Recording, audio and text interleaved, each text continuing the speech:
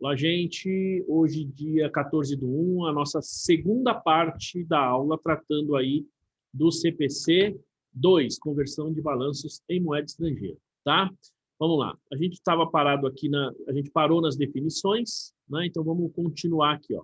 Bom, então aqui a gente falou de moeda funcional, grupo econômico, vamos lá, investimento líquido em entidade no exterior. O que é esse investimento líquido? Aqui, ó, ele fala, é o montante que representa o interesse, né, participação, na maior parte das vezes, da entidade que reporta a informação dos ativos líquidos dessa entidade. Gente, aqui ele está claramente falando que é a participação que você tem no investimento em outras empresas.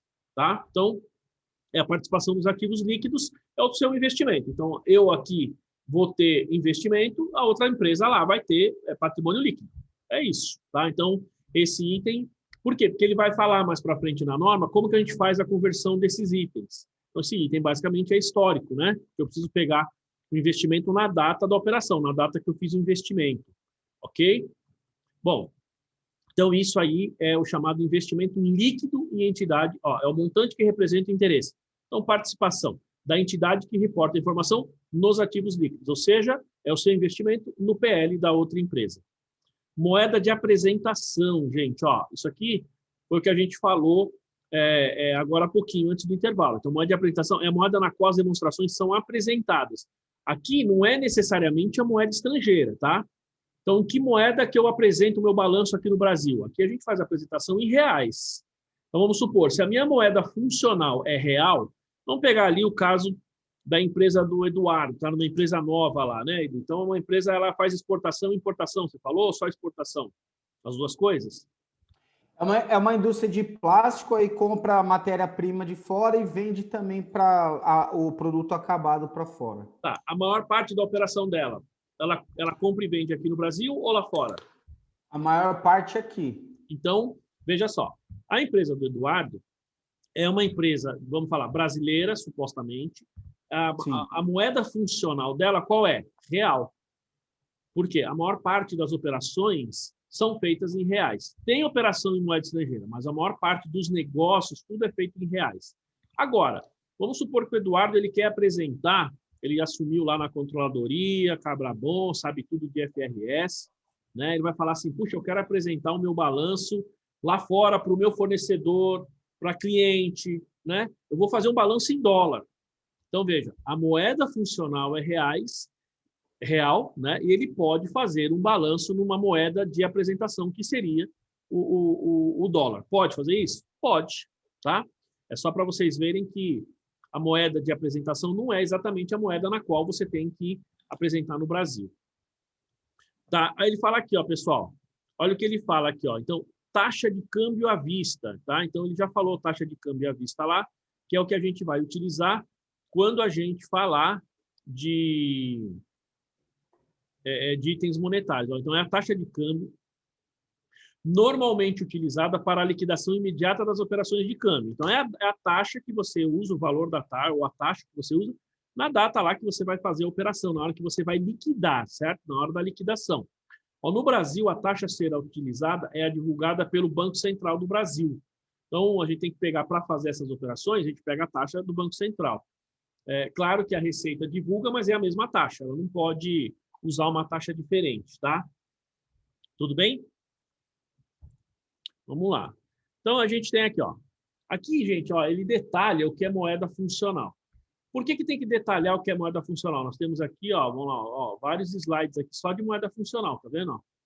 Então, a moeda funcional ela é detalhada aqui porque é um item que faz toda a diferença na hora que você está fazendo, digamos assim, essa definição daquilo que é moeda funcional, a moeda de apresentação, né, ou moeda de relatório, muitas vezes. Isso é importante. Então, lá, para definir, você pode ver que tem o número do item, pessoal. Esse número aqui, ó, só para vocês saberem, ó, tá? Esse número aqui é o número do item lá no CPC, tá? Só tem alguns que eu coloco, alguns eu tiro, mas é o número lá do CPC. E não necessariamente ele está na sequência, mas não necessariamente você tem item por item. Tem os itens que eu elimino.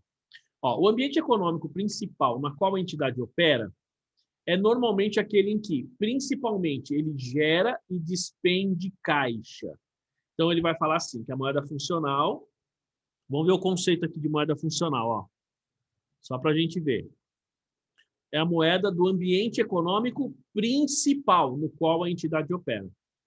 Tá vendo? Ó, então, é a moeda no ambiente no qual ela opera. Aí você vem aqui na moeda funcional, ele diz assim, ó, o ambiente econômico principal na qual a entidade opera é normalmente aquele em que, principalmente, ela gera e despende caixa. A entidade deve considerar os seguintes fatores na determinação da sua moeda funcional. Então, gente, você pode reparar que, assim, a empresa está trabalhando, tá? Qual é, digamos, o mercado, digamos assim, que ela mais gera receita, que ela mais consome caixa, que ela gera caixa e consome caixa. Tá? Então, está aqui no Brasil, paga tudo em reais, então você tem a moeda funcional, basicamente vai ser reais. Ela está fisicamente no Brasil, mas ela faz tudo pensando no mercado internacional, então vai ser dólar. Ah, então eu estou aqui no Brasil, eu tenho uma subsidiária lá na Argentina, e lá, então eu vou ter que apresentar aquilo, mas lá ela vai fazer em pesos. Então, tá? Isso vai definir a chamada moeda funcional de cada entidade, tá? E para definir, então,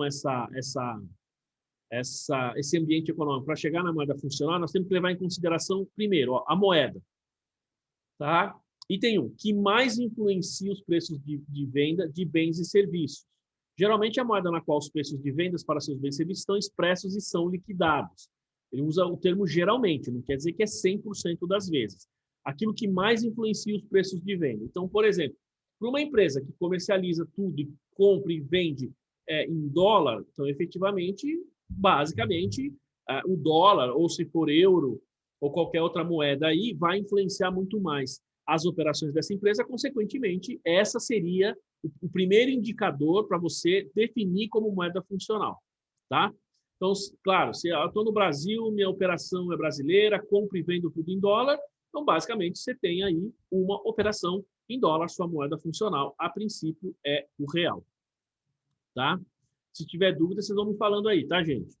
Isso é o item 1. Depois, ó, do país cujas forças competitivas e regulações mais influenciam na determinação dos preços de venda para seus bens e serviços.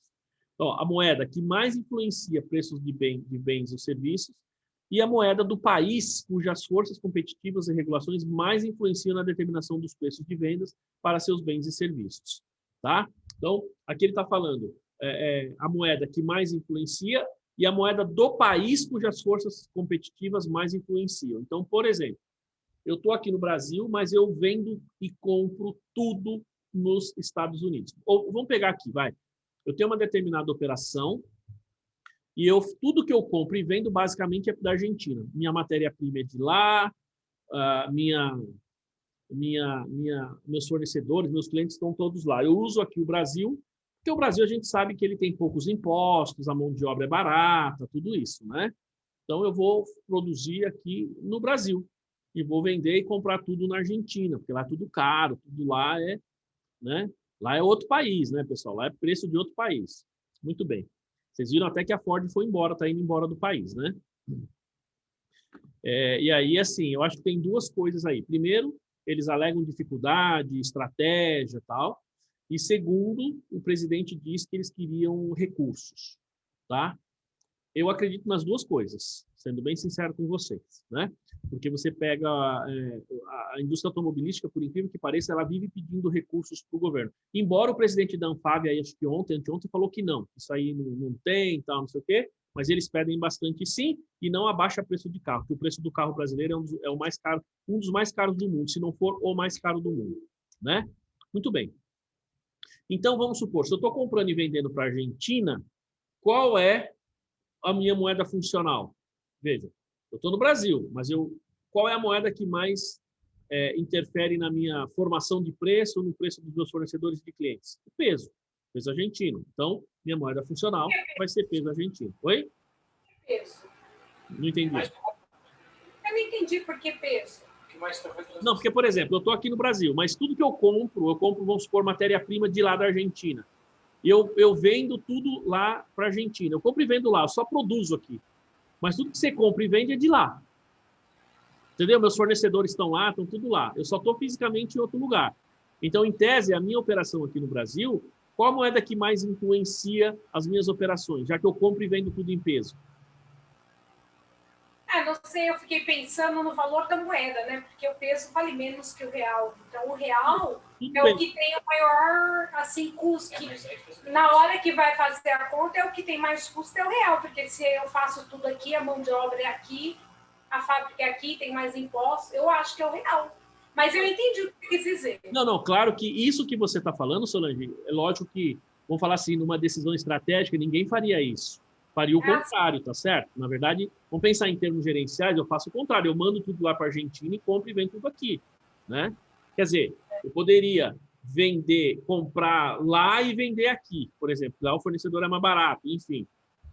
Mas isso é claro, pensando do ponto de vista estratégico, mas do ponto de vista operacional, isso pode acontecer.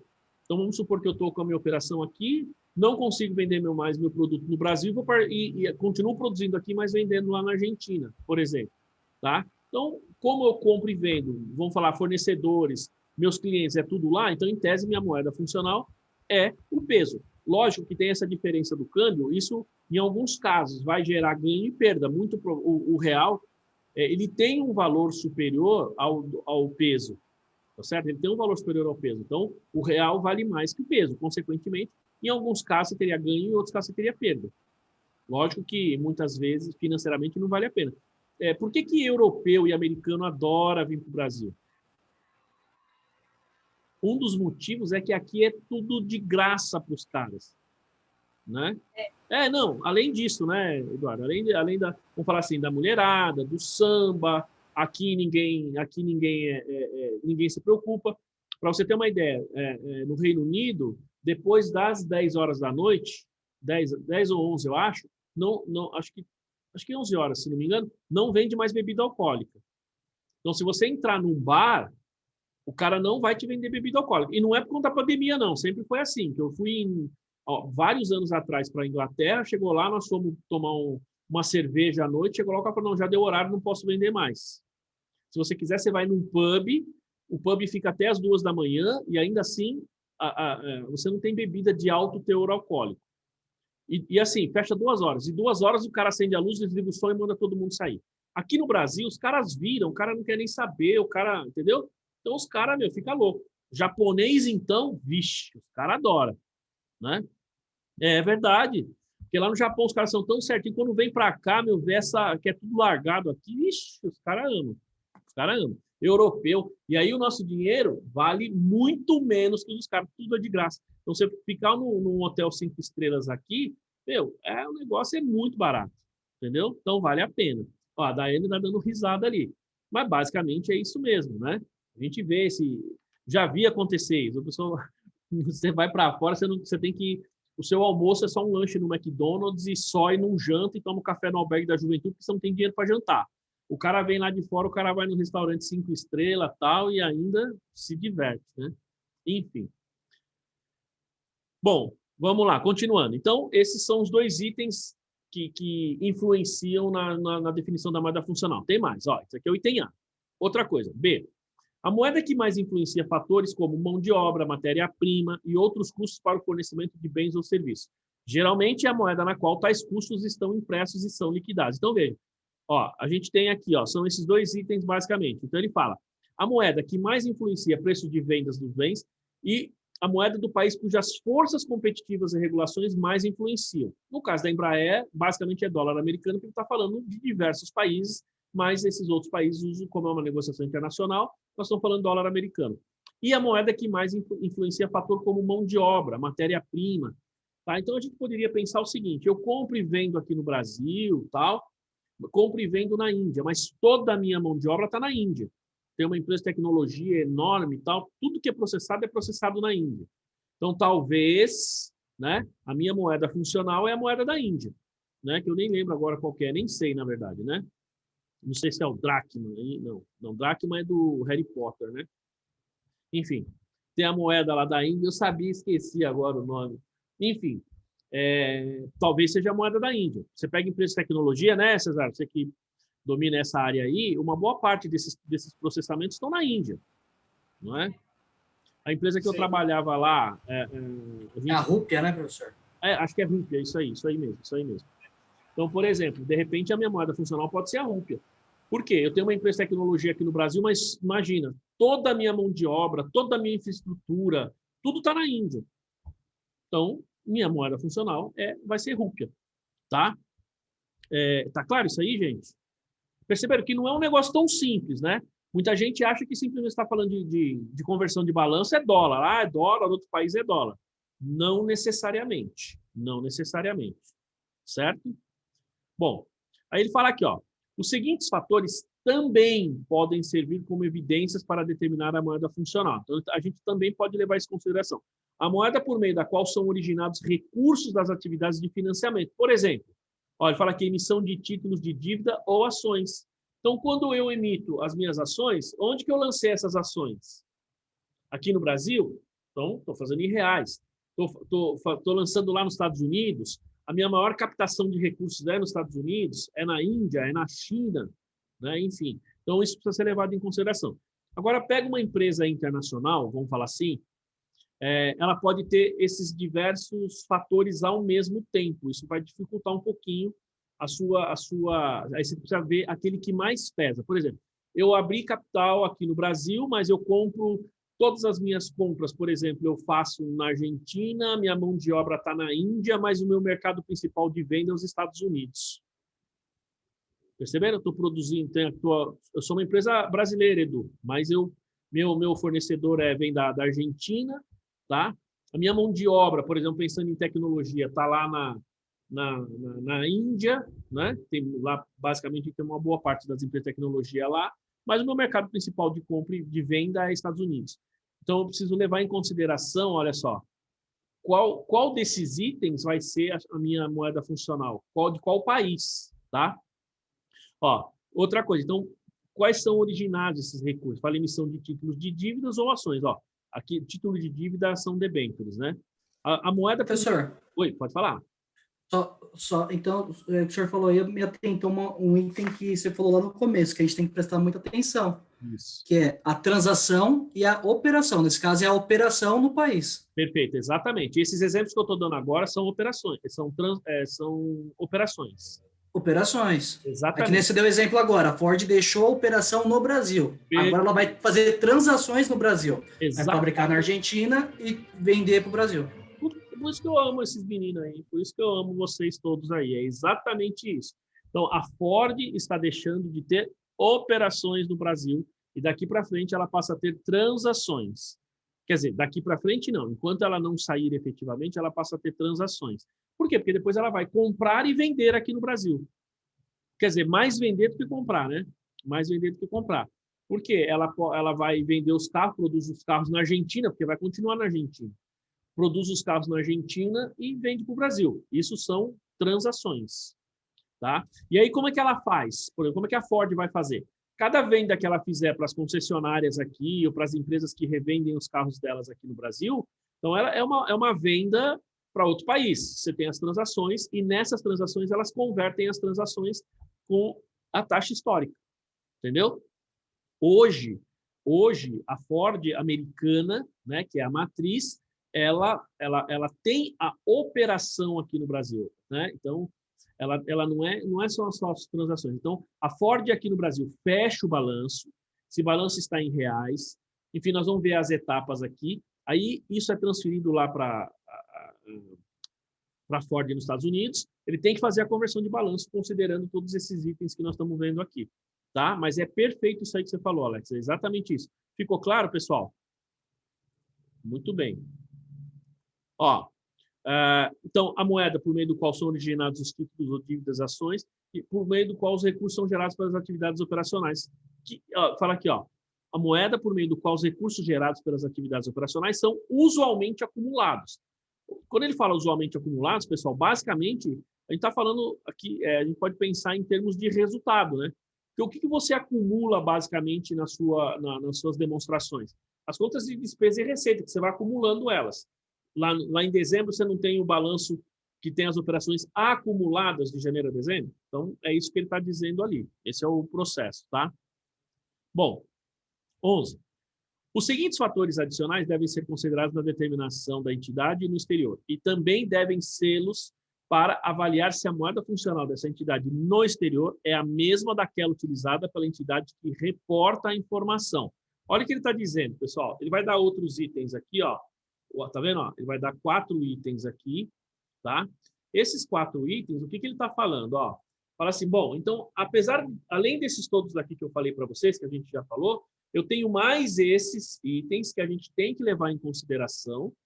Por quê? Porque esses itens, eles vão falar assim, será que a moeda funcional da minha subsidiária lá fora é a mesma daqui do Brasil? Às vezes é.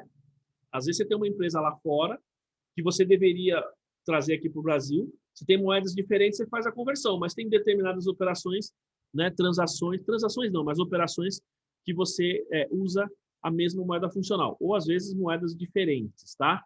Então, ó,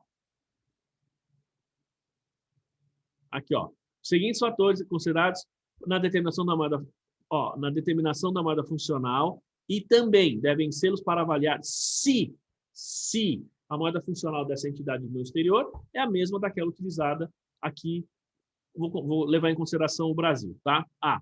Se as atividades da entidade no exterior são executadas como extensão da entidade que reporta a informação e não nos moldes em que lhe é conferido um grau significativo de autonomia. Gente, ó, presta atenção aqui, tá? Ó, se as atividades da entidade no exterior são executadas como extensão da entidade que reporta a informação, né, e não nos moldes em que lhe é conferido um grau significativo de autonomia, tá?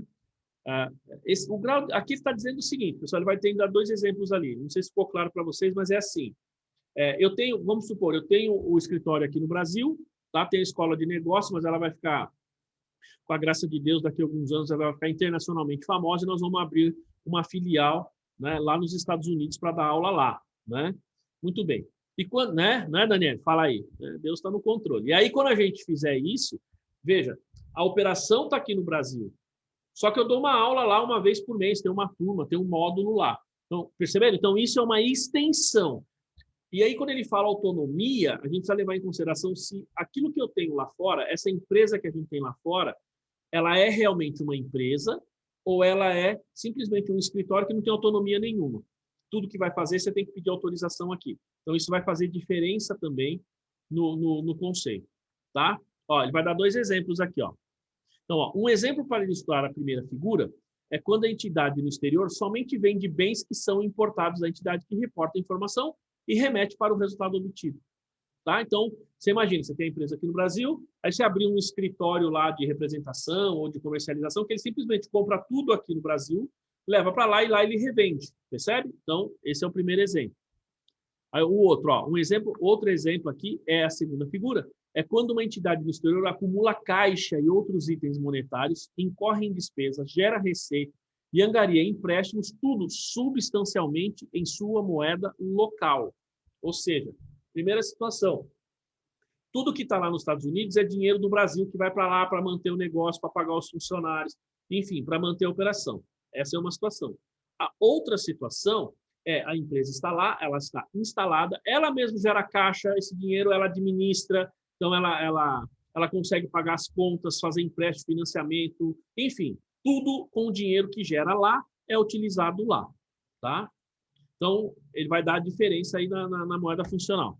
Ó, se as transações com a entidade que reporta a informação ocorrem em uma proporção alta ou baixa das atividades da entidade no exterior. Então, aqui também tem uma outra situação, ó. Transações com a entidade que reporta, a empresa aqui no Brasil, ocorrem em uma proporção alta ou baixa das atividades no exterior. De vez em quando eu mando um negócio para lá, tá? De vez em quando. Então, você tem uma situação. Aí você está falando de transação, basicamente. Não, mas é 100% das minhas operações eu faço negociando com essa empresa lá fora, tá? Então, aí você tem um negócio lá fora, tá? Perceberam a diferença, gente? Tá claro até aí? Tudo bem? Alex, Daiane, né? Patrícia. De boa. Sim. Tranquilo? Beleza. Então, vamos lá. C. Se os fluxos de caixas advindos das atividades da entidade no exterior afetam diretamente os fluxos de caixa da entidade que reporta a informação e estão prontamente disponíveis para remessa para esta, tá? Porque uma coisa é assim, pessoal, a empresa ela gera fluxo de caixa, tá? E quando ela gera esse fluxo de caixa lá, ela simplesmente manda para cá, tá? Ou seja, imagina a primeira situação no caso de que no caso eu aqui produzo, tal, vendo para lá e essa empresa revende no mercado americano. Bom, ela revende lá, recebeu o dinheiro, manda para cá. Então veja que ela gera fluxo de caixa, mas esse fluxo de caixa é transferido diretamente para cá. Basicamente, nós estamos falando de transações, tá? Pensando nisso, nós estamos falando de transações. Aí ele fala, ó, se os fluxos de caixa advindos das atividades da entidade no exterior são suficientes para pagamento de juros e demais compromissos existentes e esperados, normalmente presentes em títulos de dívida, ou seja, debêntures, enfim, sem que seja necessário que a entidade que reporta disponibilize recursos para servir tal propósito. Então, se o fluxo de caixa que ela gera paga lá o investimento que eu fiz, paga as operações, então nós estamos falando de você tem uma atividade, você não tem necessariamente aí uma transação ou transações. Tá? A gente tem que lembrar, pessoal, e tomar cuidado, que assim, quando a gente fala transações, eu estou falando, não é de uma transação, estou falando de várias. Tem muitas transações que ocorrem, tá? E essas muitas transações, elas, como eu posso dizer, elas estão ocorrendo constantemente, tá? Estou falando isso porque às vezes a gente pensa assim, puxa, tem uma determinada transação, como ocorre uma única vez, eu tenho um cliente que de vez em quando ele recebe uma comissão de uma empresa lá fora. Então nós estamos falando de uma transação, tá? Agora, eu tenho uma empresa, por exemplo, que eu tenho um cliente que a controladora dele é uma empresa americana, tá? Então quando ele, por exemplo, aqui no Brasil, ele tem 99% da operação. Só que assim, quem é o fornecedor? De quem ele compra todas a matéria-prima dele? Porque ele é comércio. Ele compra somente da matriz lá nos Estados Unidos. Tá? Então, ele compra tudo, vem para cá, revende. A empresa, enfim, está dando prejuízo, mas ela tem um empréstimo enorme. A empresa aqui no Brasil, atualmente, não está se pagando sozinha. Certo? Né? Então, aqui nós estamos fazendo o reporte em reais. Lá fora, nós estamos fazendo o reporte em dólar. Eu mando todo mês para eles, mas eu mando em reais, tá? Não mando em dólares, eu mando em reais. Pergunto, a empresa americana lá, desse meu cliente, ela detém 99%. Vocês acham que ela trata-se de uma operação ou trata-se de transações aqui no Brasil? Operação. Operação. Eu acho que é operação. Basicamente, operação, porque ele compra tudo da empresa. E aqui, a empresa sozinha aqui, o sócio aqui no Brasil tem 1%, e tudo que ele precisa, quando precisa de muito dinheiro tal, ele pega dinheiro lá fora. Tanto é que ele deve mais de $1 milhão, 1 milhão e 200 mil dólares, acho que é isso, para a empresa lá fora. Por quê? Porque ela manda recursos para cá, porque sozinha ela não consegue sobreviver aqui, pelo menos por enquanto. Né? Então, aí ela tem uma operação. Tá? Ó, deixa eu ver, é isso aí. Ó, quando os indicadores acima estão mesclados, né, você tem uma mistura, e a determinação da moeda funcional não é um processo tão óbvio, gente, isso aqui é um fator que a gente tem que levar em consideração. Vocês viram que você tem vários itens, né? Então, a maior parte das operações, a maior parte dos custos, o mercado onde eu vendo, a maior parte da minha mão de obra, enfim. E depois ele fala assim, bom, então você precisa definir se o que você tem lá fora é uma transação, uma operação. Então, essa mescla dessas informações pode dificultar para nós identificarmos se ali nós estamos falando de uma operação ou se nós estamos falando de uma transação. Isso dificulta, tá? Né? Vocês perceberam que não é tão simples assim. Tá claro, pessoal, até aí? Muito bem. Aí ele diz aqui, ó. Então, quando não é tão óbvio, né, a administração deve se valer de julgamento para determinar a moeda funcional, que representa com maior fidedignidade os efeitos econômicos, transações, eventos e condições subjacentes, tá? Ó, a moeda funcional da entidade reflete as transações, eventos, condições subjacentes que são relevantes para ela. Assim, uma vez determinada a moeda funcional, não deve ser alterada a menos que tenha ocorrido mudança nas transações, eventos ou condições subjacentes. Vamos lá. Então, não é fácil, muitas vezes, a gente definir isso. Mas aí, você pega lá, né? Por exemplo, aqui nós temos o Alex, a Daiane e a Patrícia. São da mesma empresa. Talvez áreas diferentes, negócios diferentes, mas da mesma empresa. Então, eles têm operação lá, eles estão participando dessa aula aqui, aí chega lá amanhã, eles vão falar assim, puxa, a gente vai ter uma operação lá fora, como é que a gente faz isso? Aí o Alex fala assim, bom, eu acho que a operação que mais pesa para a gente são os fornecedores. Então, a moeda que a gente mais tem, digamos, aquisição, compra, né, fornecedores, é o dólar. Aí a Patrícia, aí a Daiane fala assim, não, eu acho que o que mais representa para nós, o que mais impacta o nosso balanço são as receitas, é aquilo que a gente vende. Aí a Patrícia, supervisor do 2, fala nada disso, nós vamos fazer o real, porque é o que manda e acabou. Né? Então, vejam que nós estamos falando aí de um julgamento. Pode ser um julgamento correto, pode ser um julgamento incorreto, mas trata-se de um julgamento. Tá? Evidentemente, pessoal, como a Solange tinha comentado agora há pouco, né? Por que eu vou fazer minha operação na Argentina ou no Brasil? Bom, isso foi só um exemplo, mas eu poderia fazer isso, certo? Talvez seja a melhor opção? Não. Né? Por que eu estou querendo fazer? Estou querendo fazer isso porque eu quero ferrar meu negócio, quero acabar com a minha empresa. Bom, agora, se eu sou um cara sério, quero fazer meu negócio crescer, minha empresa evoluir e tal, eu não vou fazer esse tipo de operação. Logo, para quem eu devo apresentar as minhas demonstrações?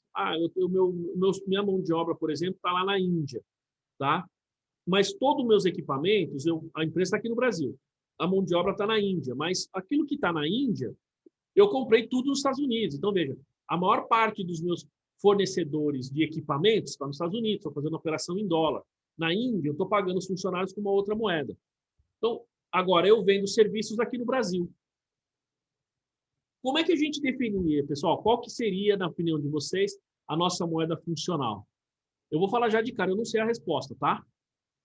Mas, por exemplo, a gente compra equipamentos, vamos pensar numa empresa de tecnologia como o Google, por exemplo. A maior parte dos equipamentos do Google, se a gente for ver, deve estar lá nos servidores, é a parte de equipamento de informática, né? Que o pessoal nem sabe onde que está, né? O pessoal não sabe, o local é secreto, onde ficam lá os servidores do Google, até para evitar ataques e tal. Mas vamos supor que esteja na Índia, né? Está lá embaixo do Taj Mahal, por exemplo. Mas eu comprei todos esses equipamentos nos Estados Unidos.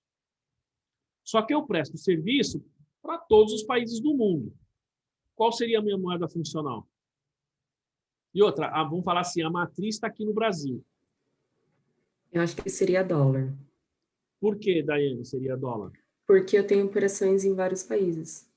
Então, veja só. Primeira coisa que eu faria, né? Antes de bater o martelo no dólar. Eu também fecharia basicamente com dólar, tá? Mas antes de bater no dólar, a análise que eu faria é a seguinte. Bom, a maior parte dos meus equipamentos eu comprei nos Estados Unidos, são americanos, vamos falar assim. Então, dólar, tá? Dólar. Eu vendo para o mundo inteiro. Então, qual é, digamos assim, a maior referência que eu tenho em termos de receita? Como o Google presta serviço para o mundo inteiro. Então, uma vez que ele presta serviço para o mundo inteiro, ele vai ter milhares de moedas. Então, nesse caso, eu concordo com a Daiane, a melhor referência seria o dólar americano, né? Mas perceberam, gente? É uma questão de julgamento. Tá? Uma vez que eu defini, a minha moeda funcional é dólar americano, eu vou ter que usar sempre dólar americano. Tá? Eu só vou mudar caso, por exemplo, agora eu não presto mais serviço para o mundo inteiro. A minha maior fonte de receita vem da China. Eu estou aqui no Brasil, mas eu vendo para a China e os meus equipamentos agora estou comprando da China. Né? Tipo Coronavac aí, está vindo tudo da China. Né? E aí, a minha moeda funcional vai ser qual? A moeda da China. Né? Não necessariamente mais seria o dólar, mas percebam que, nesse caso, há uma mudança do meu mercado principal, do meu mercado que tem a maior referência. Então, isso é uma questão de julgamento, gente. Está claro isso? Certeza? Sim. Você concorda, Daiane, ou não? Sim. Está muito quietinha hoje, hein? Tô cansada. Né? Eu também, estou destruído, hein, pessoal? Estou cansado, hein? Ontem dei treinamento. Aqui eu estou sentadinho, mas lá na Contimática eu fico em pé e tal. E em breve aí, pessoal, provavelmente vou ter umas diferenças aí. Como vocês já me fizeram tomar uma decisão importante hoje, tá? Eu vou fechar a minha sala lá no centro, quero agradecer a vocês. Vou fechar. Vou fechar, vou entregar, Edu. Cara, eu aluguei em outubro de 2019. Eu fechei o contrato em 1º de outubro de 2019. Fala, César.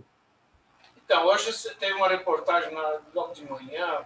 Eu não peguei tudo, mas muitas e muitas empresas entregando que já estão se adaptando ao home office.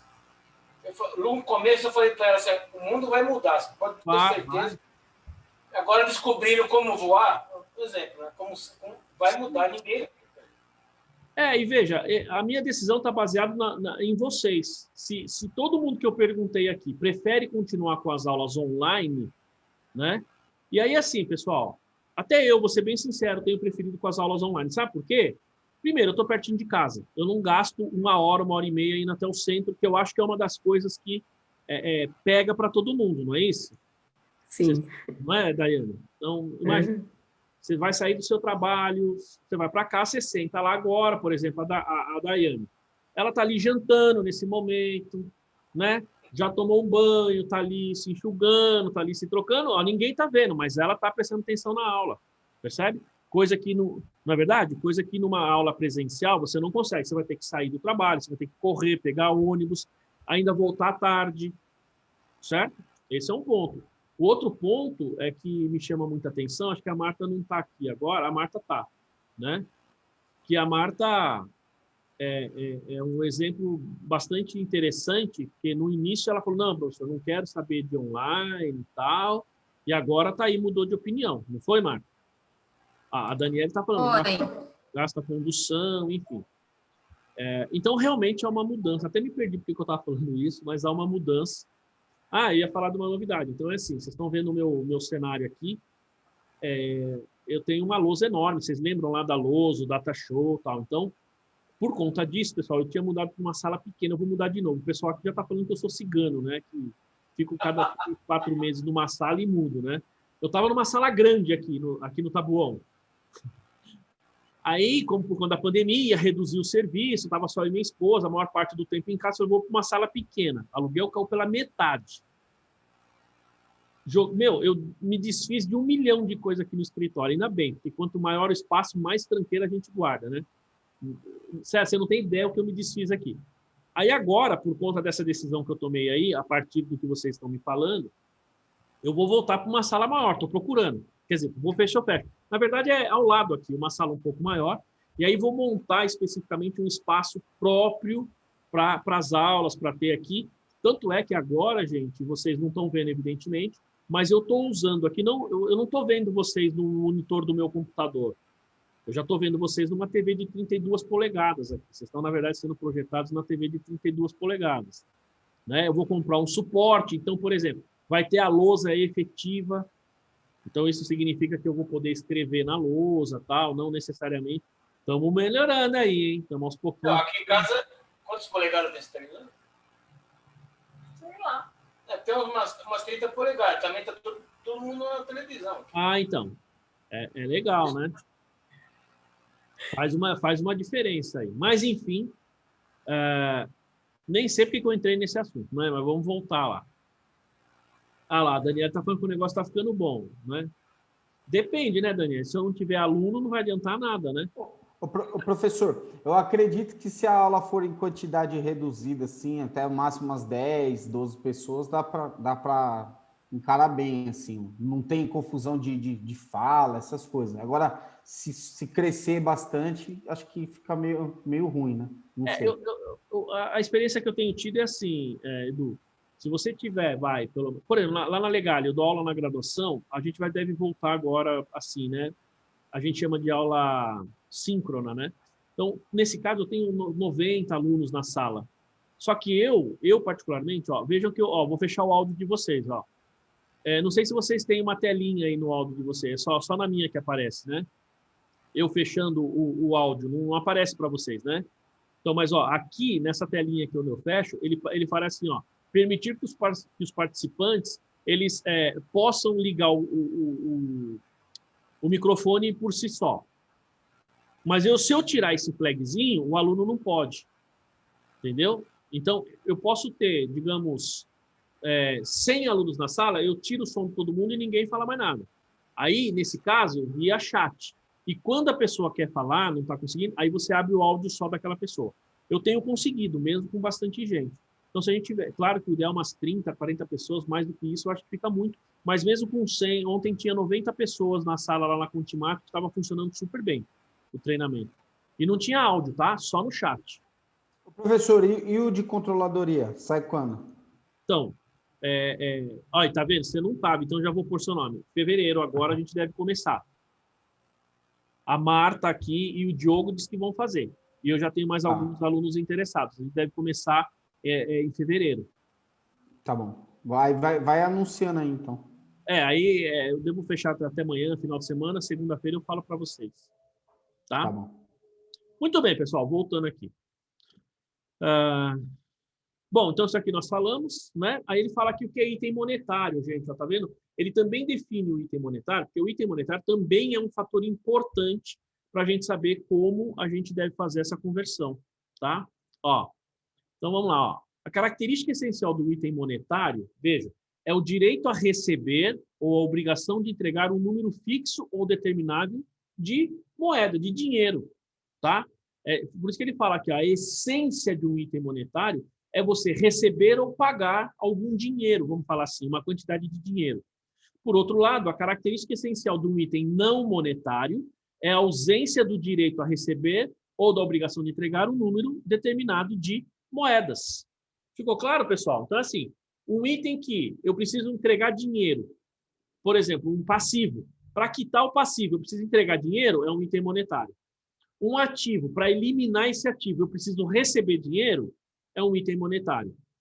O estoque, como a gente falou, o Edu falou, para receber dinheiro do estoque, primeiro eu preciso vender. Na verdade, eu vou transformar estoque em contas a receber. Então, eu pego um item não monetário e transformo em um item monetário. Um ativo imobilizado, ele gera receita, ele gera caixa para a empresa? Gera, ele está lá para isso. Mas ele gera caixa de forma direta? Não, ele gera caixa de forma indireta. Por quê? Veja, ele produz o serviço, ele produz o produto, a mercadoria, isso vai para o estoque, aí ele vende e só aí ele recebe, só aí ele transforma em dinheiro. Percebe? Tem uma série de etapas antes. Então, essa é a diferença quando ele fala aqui de item monetário ou não. Então, essencial do item monetário, pode falar. Talvez você comentou, mas eu acabei não prestando atenção. A questões dos adiantamentos. Ele é um item monetário ou não? Porque o caixa já movimentou. Mas vamos lá. Você fez um adiantamento, por exemplo, sua empresa fez um adiantamento para você.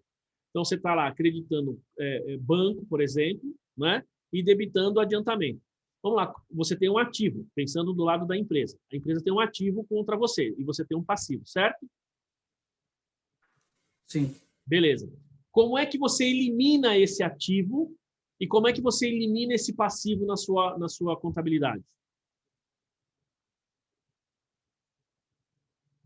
Vamos lá, ó, eu tenho um direito... Isso, aí no caso vai ser a entrega do bem, por minha parte, né? Dinheiro, né? Isso. Não, por minha parte que eu já recebi, a entrega do compromisso. Tá bom. Entendi. Porque no meu caso, eu estou no meu passivo, né? Eu tenho que entregar. Tá. Bom, vamos lá. Então, vamos pensar que... Vamos pegar o adiantamento de salário, para um exemplo mais específico, né? O adiantamento de salário. Você recebeu aquele dinheiro naquele momento, tá? E você vai prestar o serviço para depois descontar na folha, né? Mais ou menos um exemplo desse, não é isso?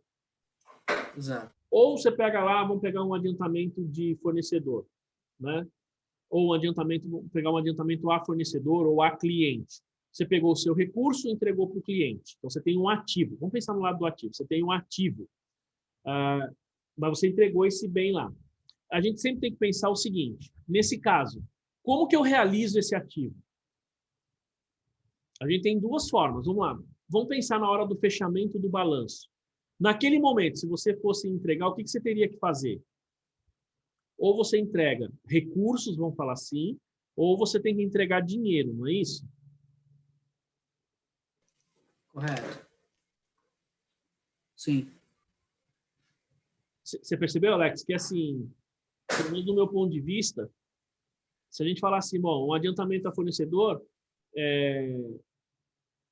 eu entreguei para ele o quê? Dinheiro para ele me entregar uma mercadoria, certo? É nessa linha que você está falando mesmo, não é isso? Exato, exato. Agora, na data do fechamento do balanço, tá? Ele ainda não te entregou a mercadoria. Então, naquele momento, se ele tivesse que eliminar esse ativo, para ele uma obrigação, o que ele teria que fazer? Te entregar o quê?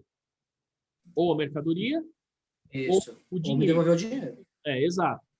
Como ele não te entregou a mercadoria ainda, então, eu acredito que isso poderia ser considerado item monetário. Tá. Professor, ouvindo o seu exemplo... Poderia ser considerado porque acho que a gente pode fazer algumas, ou ter algumas considerações. O professor, ouvindo o seu exemplo, eu entendo que ele é não monetário, porque a transformação de dinheiro dele não vai ser na próxima etapa, foi na anterior.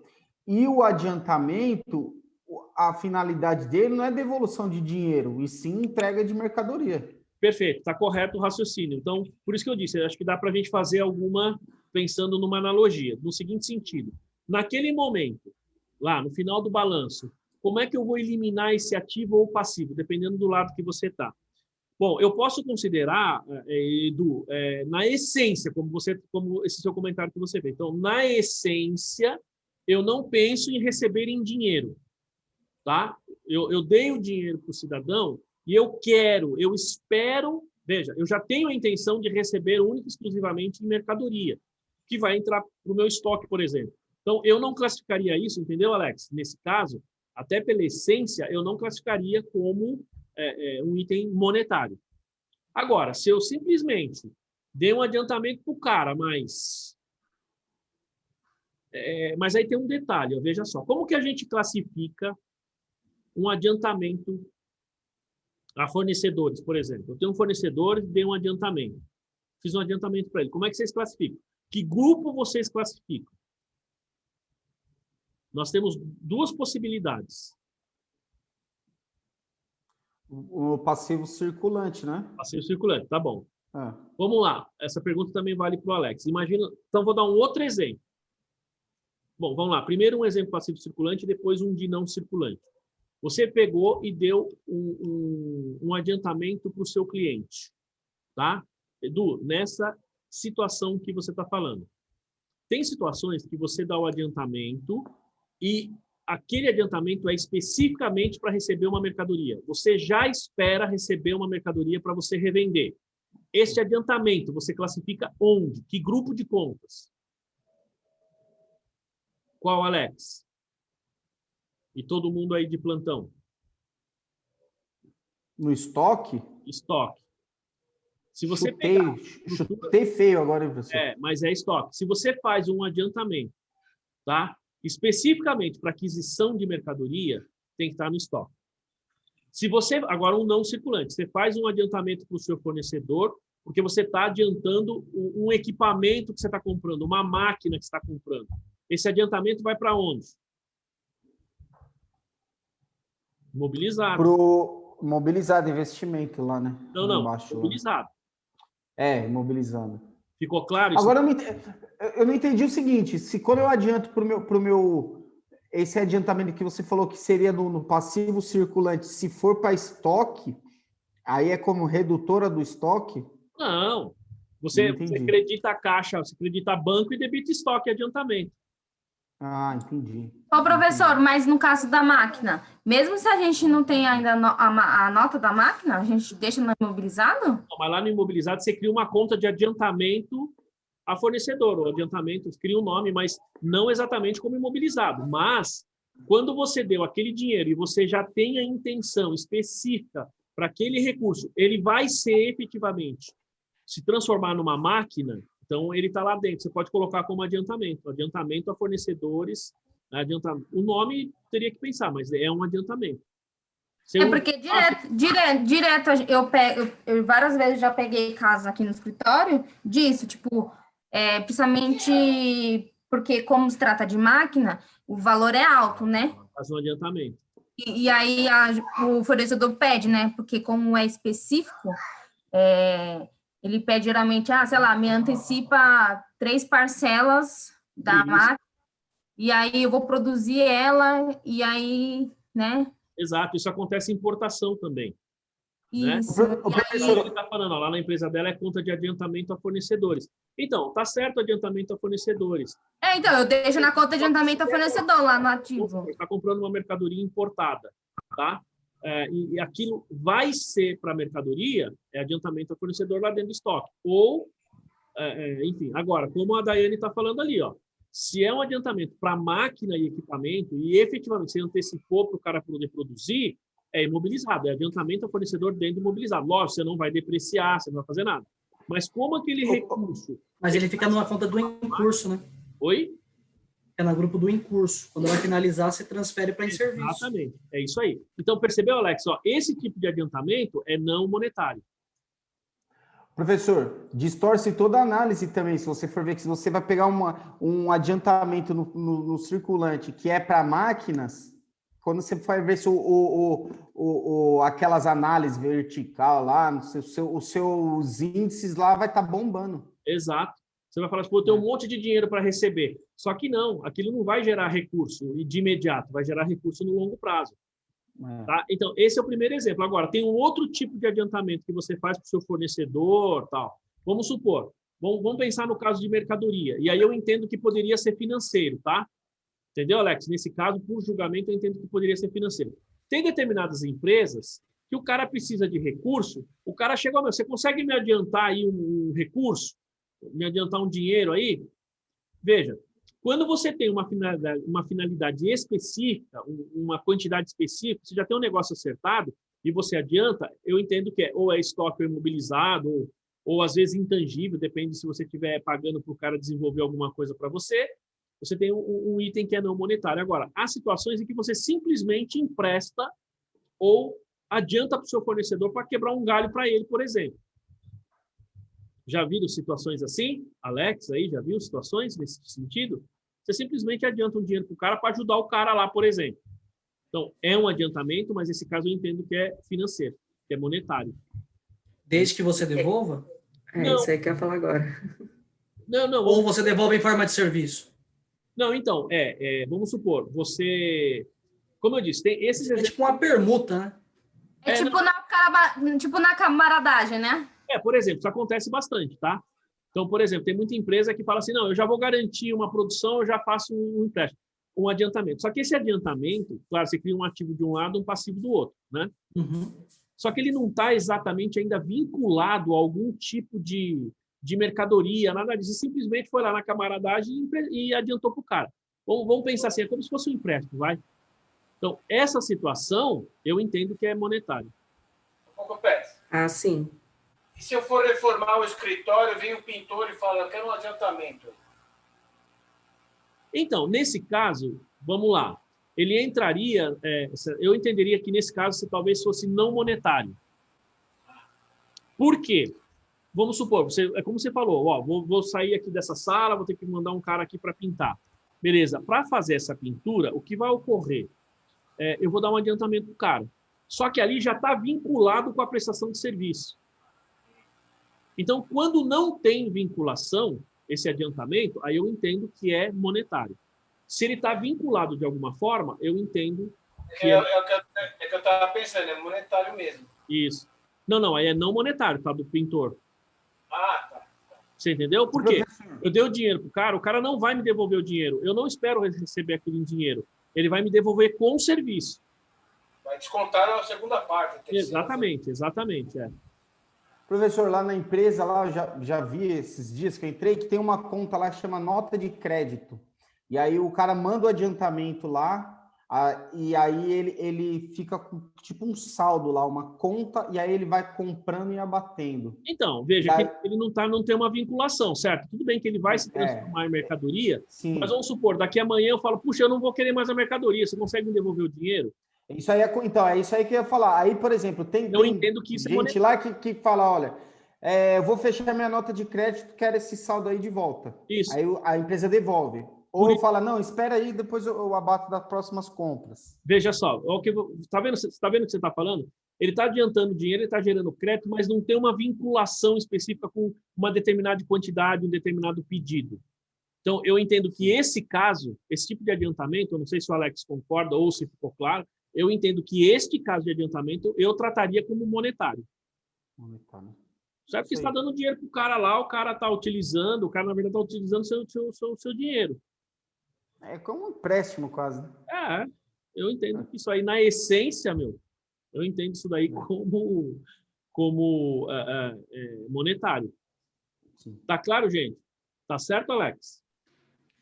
Beleza, foi só uma provocação para entender. Não, mas é isso mesmo. Esse é o nosso objetivo aqui, é isso mesmo. Tá? Vamos lá, ó. Bom, beleza. Aqui, então, ó, ele fala, ó, transação em moeda estrangeira, ó, na moeda funcional. Tá? Então, ele está falando de transação. Ó. Então, veja só, o reconhecimento inicial de uma transação em moeda estrangeira. Uma transação em moeda estrangeira é a transação que é fixada ou requer sua liquidação em moeda estrangeira. Tá? Então, é compra, venda, empréstimo, qualquer coisa que se faça lá fora, não faz parte do negócio, não é uma operação, é uma transação, ó, incluindo transações que são originadas quando a entidade, ó, vejam os exemplos, compra ou vende bens ou serviços, cujo preço é fixado em moeda estrangeira, obtém ou concede empréstimo quando os valores a pagar ou a receber são fixados em moeda estrangeira, de alguma outra forma adquire ou desfaz de ativos ou assume ou liquida passivos fixados em moeda estrangeira. Tá? Então, vejam que, nesse caso, nós estamos falando de transações em moeda estrangeira. Pode ver que não é necessariamente um negócio. Tá? Não é necessariamente um negócio, são transações. Bom, aí ele diz aqui, ó, uma transação em moeda estrangeira, vamos lá, vou até marcar aqui. Uma transação em moeda estrangeira deve ser reconhecida no momento inicial pela moeda funcional, mediante a aplicação da taxa de câmbio à vista entre a moeda funcional e a moeda estrangeira, na data da transação. Entenderam, gente? Eu tenho uma transação, tá? Nós não estamos falando de um negócio, de uma operação, tem uma transação. É aquilo que a Solange tinha falado lá no início, né, Solange? Uma compra, uma venda, eu reconheço pela taxa de câmbio na data da operação. O contrato de câmbio de qualquer coisa. Exatamente. Exatamente. Professor, tem um exemplo aí agora, que já tem um tempinho, mas que mudou, foi a regra do cartão de crédito para compra internacional, né? Antes estava fora do país, você tinha que esperar fechar o mês para saber quanto que você ia tomar a pancada. Agora, no dia que você gastou, a data da transação que vai ser o câmbio aplicado. Você vê, Alex, que nos Estados Unidos, por exemplo, até para emissão de cheque, pessoal, se eu não estou enganado, ele tem essa condição, essa característica que agora mudou aí no cartão de crédito. Porque, vamos lá, aqui no Brasil, o que acontecia? Você pegava lá uma transação, você fazia uma operação em moeda estrangeira, tá? Você usava o cartão lá nos Estados Unidos, por exemplo, fora do país, e aí, assim, imagina, você ficou 2 meses viajando, 1 mês viajando, e aí o dólar foi lá para cima. Quando você chega aqui, meu querido, você está ferrado para pagar o seu cartão, né? Agora, nessa mudança que teve, como você está falando, eu preciso ver a cotação no dia, então ele passa a usar a taxa histórica. Você vê que não faz muito sentido, não tem muito sentido o que diz a norma e o que faziam as operadoras, certo? Porque se você está lá fora, né, você está usando o seu cartão de crédito, para a operadora, isso aí é uma transação, não é operação. Você concorda? E não tem sentido ele depois querer me cobrar na taxa do fechamento. Ele fecha 30 dias depois, e aí? Né? Quando você emite cheque nos Estados Unidos, se eu não estou enganado, o cheque nos Estados Unidos tem essa característica. Você emite o cheque, tá? No dia que o cheque cair, se você não tiver dinheiro, em tese o banco paga, em tese. Por quê? Porque ele vai olhar no dia que você emitiu o cheque se tinha dinheiro ou não. Então, você tem que controlar o seu fluxo com a emissão de cheque. Lógico, claro, né? Se você emitiu o cheque e o banco não tiver dinheiro, ele vai lançar como empréstimo para você, enfim. Mas ele considera a data para fazer a devolução do cheque ou não no dia da emissão e não no dia que o cheque é apresentado no banco. É mais ou menos esse conceito que a gente está vendo aqui. Mas esse exemplo, Alex, é muito interessante porque é um exemplo real e um exemplo que mudou. E veja que o procedimento usado pelas operadoras de cartão, ele não condizia com o que está aqui na norma. Agora sim, tá? Então, como trata-se de uma operação, então, contabilmente, a gente tem que registrar na data da transação. E aí nós chamamos isso aqui de taxa histórica, né? Taxa histórica. Ó, então, transação em moeda estrangeira. Aqui ele fala, ó, apresentação ao término dos períodos de reportes subsequentes, tá? Deixa eu só ver uma coisinha aqui. Tem bastante coisa ainda. Bom, ó, então vamos lá. Ao término aí de cada período contábil, né, de cada período de reporte, é esse aqui mesmo, isso. Ó, vamos lá, o que tem que ser feito? Ele fala, apresentação ao término dos períodos de reporte subsequentes, tá? Ao término de reporte subsequente. Primeiro, os itens monetários em moeda estrangeira devem ser convertidos, vou riscar isso aqui, usando-se, ó, a taxa de câmbio do quê? De fechamento. Então, ó, itens monetários, fechamento.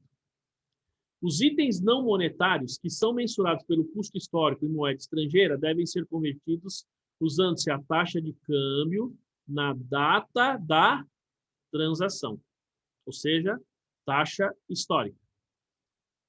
E os itens não monetários, que são mensurados pelo valor justo em moeda estrangeira, devem ser convertidos usando taxa de câmbio vigente na data em que o valor justo tiver sido mensurado. Então, vejam aqui, pessoal, 3 coisas. Item A, fiz a operação, item monetário. Vou pegar na data do reporte, na data do meu balanço e faço a conversão naquela data. Tem um item não monetário, histórico.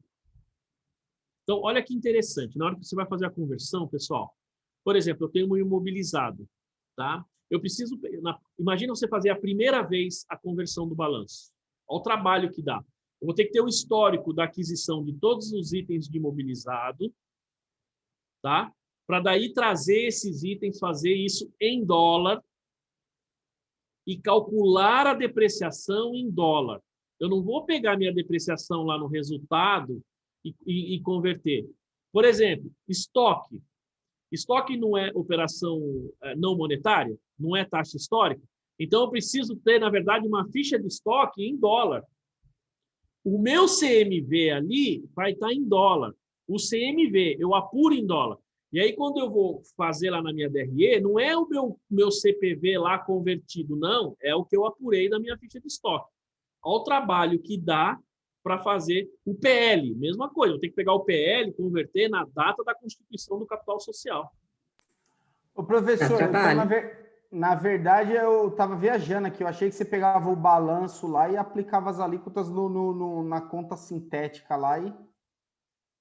na verdade, é na documentação suporte. Então, percebeu? Por que nós estamos falando até agora na moeda funcional, o que é moeda corrente, você identificar se é uma transação ou se é uma operação? Por conta disso. Agora começou a pegar. Cornojob, hein? Oi? É um cornojob. Exatamente. Alex. Imagina o trabalho se você tem... Vamos supor, você começou e fez um investimento agora na empresa. Tá? Essa empresa, por exemplo, é uma empresa lá fora. Você vai ter que pegar todos os controles, você vai ter que fazer uma série de coisas para você fazer esse levantamento. Não é tão simples, não. Não é tão simples. E mais, agora, ele fala também de valor justo. Vamos supor que você pegue lá. Você tem itens, você tem instrumentos financeiros que são mensurados a valor justo. Tá? Então, qual a taxa que eu vou utilizar na conversão de instrumentos financeiros, por exemplo, a valor justo? Ó, eu vou usar a taxa de câmbio no dia ou na data da mensuração do valor do instrumento do valor justo, na data que eu mensurei o valor justo. Então, não trabalhinho, cara. Você pega uma empresa de grande porte, que tem muita movimentação, que tem uma série de coisas, cara, dá trabalho fazer isso aqui. Não é simples, não. Não é simples. Né? Ó. Bom, o valor contábil de alguns itens devem ser determinados pela comparação de 2 ou mais montantes. Então, alguns itens podem ser determinados pela comparação. Por exemplo, o valor contábil dos estoques deve ser determinado pelo custo ou pelo valor líquido de realização dos dois menor, conforme o pronunciamento 16. Tá certo, pessoal? Então, o que ele está falando? Quando eu fecho meu balanço, eu tenho que ver, eu tenho que colocar o valor que vai estar lá no meu estoque, ele é custo ou o valor realizável líquido dos dois o menor, não é isso? Eu não tenho que fazer o impairment lá no meu imobilizado, eu não tenho que fazer o impairment nos meus investimentos, no meu ativo intangível. Eu estou fazendo comparação entre dois valores. Ali ele está dando exemplo do estoque, é isso que ele está falando. Vamos seguir aí. Aí ele diz assim, ó, da mesma forma, conforme o pronunciamento CPC 01, o impairment, ó, valor contábil do ativo para qual a indicação de redução é o menor entre seu valor contábil e antes de considerar possíveis perdas de valorização e o seu valor recuperado. Tá? São os dois exemplos. Ele fala, ó, quando esse ativo for item não monetário e for mensurado em moeda estrangeira, o valor contábil é determinado comparando-se. Então, vamos lá. É um item não monetário, ele foi mensurado em moeda estrangeira. Primeiro, eu vou comparar o custo ou valor contábil conforme apropriado, convertido à taxa de câmbio vigente na data em que o valor for determinado. Exemplo, a taxa na data da transação, um item mensurado em termos de custo histórico com base de valor. Imobilizado, por exemplo, é assim, estoque é assim, tá? Então, primeira coisa, ó, ele fala que eu vou comparar os dois itens. Primeiro, o custo em moeda estrangeira na data da aquisição. Tá claro isso aí? O Edu até se assustou agora, né, Edu? Tô pensando aqui na documentação aqui, mano. Ixi, então, trampo, hein, meu? Aí é uma coisa que acho que até a Daniele não está aqui hoje, né? Não, a outra Daniele. Não, desculpa, a outra Daiane. A outra Daiane não está aí hoje. Tá? Isso aí tem que fazer, toda vez que vai fazer a conversão, você tem que levantar. Não é algo que dá para parametrizar e fazer? Então, vamos supor, a sua empresa tem que ter controle. Uma vez a Daiane perguntou isso daí. Ela falou, e aí? Meu controle. Não tem jeito. A Marta uma vez também já falou algo parecido. Tá, e como é que eu faço isso? Controle. Você tem que ter controle, não adianta. Tá? A gente já falou uma vez, quando a gente estava falando de receita, por exemplo. Então, quando eu estava falando de receita, a gente estava falando de receita do grupo, né? Receita quando você vende para a empresa do grupo, ou quando é uma receita para o Brasil, uma receita para fora do Brasil. Lembra que a gente falou? Até a Solange falou lá na minha empresa, a gente tem lá receita intragrupo, né? Receita, enfim, divide a receita. Não é assim, Solange, lá na sua empresa? Por que isso? É controle, é uma forma de controlar. Então, esse tipo de operação, Edu, precisa ter controle. Se você não tiver controle, meu querido, esquece, não dá para você fazer. Aí o pessoal faz as coisas meia boca, faz as coisas mal feitas, tá? Isso é ruim, porque efetivamente você está fazendo algo que não é adequado. Tá claro?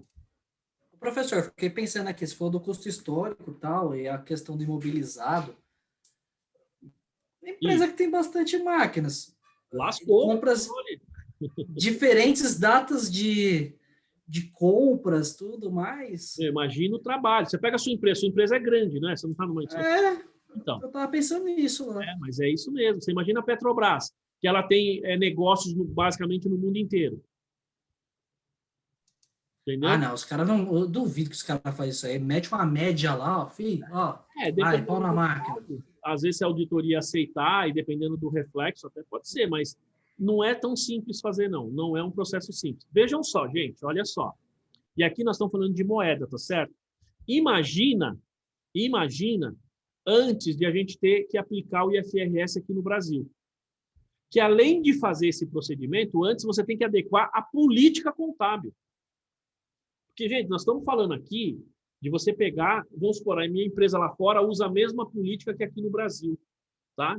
Então, mas vamos supor, nos Estados Unidos não é a mesma política. Lá eles usam o S-GAAP, aqui a gente usa o IFRS. Então, se eu tiver que fazer essa conversão, primeiro, eu preciso, no meu balanço em dólar, mudar a política. Depois que muda a política, aí que eu vou aplicar a norma. É como a Daiane está falando ali, ó, os sistemas devem ter parâmetros. Empresas organizadas, Daiane, está correto. Porque você tem sistema lá fora, você tem sistema aqui, e isso está parametrizado. Empresas nesse nível, Alex, né, como a Daiane está comentando, o Eduardo aí comentou, precisa ter sistemas que sejam adequados. Por exemplo, você tem o Hyperion, não sei se vocês já ouviram falar aí desse sistema. Né? O Hyperion, ele é da IBM. Tá? Então, ele é um sistema, por exemplo, eu usava o Hyperion na empresa que eu fazia, então, assim, tudo que eu deixava registrado no Hyperion aqui, a Inglaterra via online lá, na hora. Percebe? Então, como a Daiane falou, mas tinha tudo parametrizado. Se você não tem essa parametrização, meu querido, é que a gente, de cara, a gente precisava fazer uma planilhinha de Excel. Ia dar trabalho, hein? Já pensou? Ah, não, mas tá falando. A Daiane lembrou uma coisa agora. Lá no TOTUS, lá que a gente usa, tem. Não, tem que ter, Ele Alex. pede para eu colocar. Não, é que eu estava tentando lembrar aqui no sistema que eu uso e tal, e agora já remeteu, que eu mexi esses dias, eu vi. Vou dar um exemplo. A gente fez um levantamento na última empresa lá que eu era controle, a gente fez um levantamento de imobilizado. O pessoal foi fazer Excel, né? Contratou uma empresa, mas ela não tinha um software específico, ela fez lá um levantamento em Excel, a gente levantou do que estava no nosso sistema, a gente passou tudo, né, transferiu para Excel e tal. Eu tinha 25 mil linhas de item, 20 mil linhas de imobilizado. Você entende? Imagina a empresa lá na Inglaterra fazendo essa conversão. É um trabalhão, o negócio é gigantesco. A coisa é realmente gigantesca, tá? Ó, então, vamos lá, pessoal. Só finalizar isso aqui para a gente terminar. Ó. Então, o custo ou valor contábil, conforme apropriado, convertido a taxa de câmbio na data em que o valor for determinado, ou seja, na data da aquisição, tá? E aí, aqui, ó, o valor líquido de realização ou valor recuperável, conforme apropriado, de acordo com a norma que você está falando, convertido a taxa de câmbio vigente na data em que o valor for determinado. Exemplo, a taxa de câmbio de fechamento ao término do período de reporte. Então, o efeito dessa comparação pode ensejar o reconhecimento de perda por desvalorização na moeda funcional, sem que seja seu reconhecimento na moeda estrangeira ou vice-versa. Entenderam isso aqui, pessoal? Vamos lá. Isso aqui é embaçado. Não tem nada disso é fácil, né? Nada disso é fácil. Nem antes do IFRS. Exatamente. Sabe por quê, Solange? Porque esses procedimentos aqui, por exemplo, de conversão de balanço, antes aqui no Brasil, quando você não tinha o IFRS, a gente usava a norma americana, que é o FAS 95. Né? E o FAS 95, FAS 95 não, desculpa, o FAS 95, ele é de fluxo de caixa. É o FAS 58, se eu não me engano. Se eu não estou enganado, né?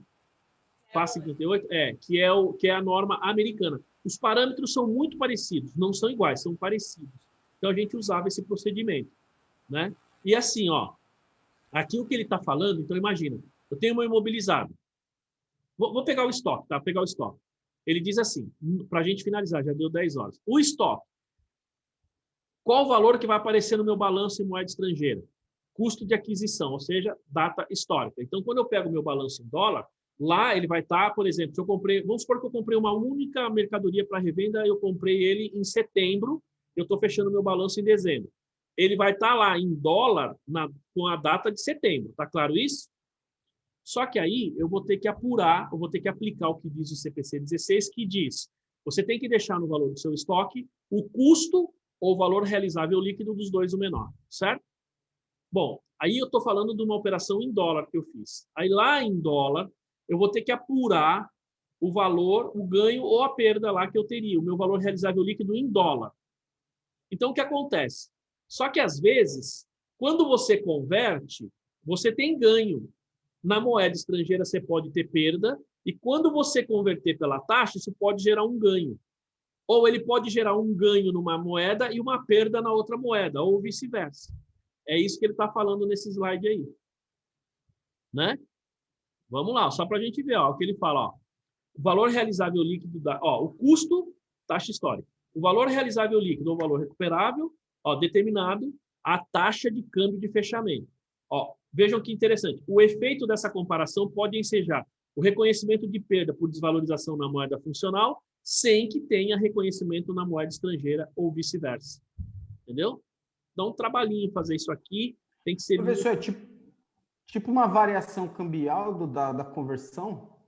Então, veja só, é que assim, você faz o mesmo procedimento que você faria aqui em reais, você vai fazer lá em dólar. Só que aí, nesta conversão, ele pode gerar ganho em uma moeda e perda na outra. Entendeu? Ele pode gerar sem que necessariamente tem que reconhecer lá nada, né? Não, você tem que reconhecer, porque você está fazendo. Mas, veja, onde a gente reconhece esses efeitos? Basicamente, em outros resultados abrangentes, não mais em resultado. O líquido de tudo isso. Tá bom, pessoal? Muito louco. Dúvidas aí, não? Certezas? Na hora que a gente for fazer, vai ter. Foi tranquila essa aula, viu, professor? É. Pode botar exercício aí que acho que o pessoal vai fazer fácil. Essa é suave. Esse exercício aqui, ele vai entrar no trabalho final, tá? Porque é mais complexo isso aqui. Então, ele vai entrar no trabalho final. Nossa, professor. Faz valer no meio ponto, professor. Oi? Faz aqueles valendo meio ponto aí, que ninguém vai precisar. É que aqui não é exatamente ponto, são horas, né? O trabalho vale X horas. Eu já estava pensando em fazer isso aí no Power BI, porque eu já colocava as taxas lá, colocava o balanço, ele já vai olhar para o cara e já sai direto, né? embora. Vai direto. Eu vou ver se eu tenho algum exercício pronto de conversão mesmo. Se tiver, eu passo para vocês fazerem. Tá? É um exercício já pronto. Eu vou ver nos meus rascunhos aqui. Se eu tiver, eu passo para... Professor, oi? Mas aí vai ter uma diferença lá no PL, né? Exatamente, vai gerar uma diferença no PL. Porque antigamente, Daiane, o que acontecia? A gente pegava esse valor, antes das normas aqui, do CPC aqui, né? A gente pegava essa diferença e lançava para resultado. Então, quando você pegava, não sei se você lembra disso, acho que não é da sua época, mas antigamente a gente fazia assim, você tinha lá na DRE, você tinha lá o lucro ou prejuízo, que você teve aqui na operação em reais, e lá embaixo, depois disso, você tinha lá ganho ou perda na conversão de balanço, e aí você ia para o lucro líquido. Ah, tá. Entendeu? Antigamente era feito assim. Agora, a gente tem os outros resultados abrangentes. Então, esses outros resultados abrangentes, você vai lançar lá no seu PL. Percebe? Porque você vai ajustar ele nos seus ativos, né? Que você vai ter lá no seu investimento, então você vai ter um ajuste no seu investimento, e a contrapartida do líquido vai ter que ser no PL, outros resultados abrangentes. Entendi. Entendeu? Era isso que você estava falando ou não? Sim, era isso mesmo.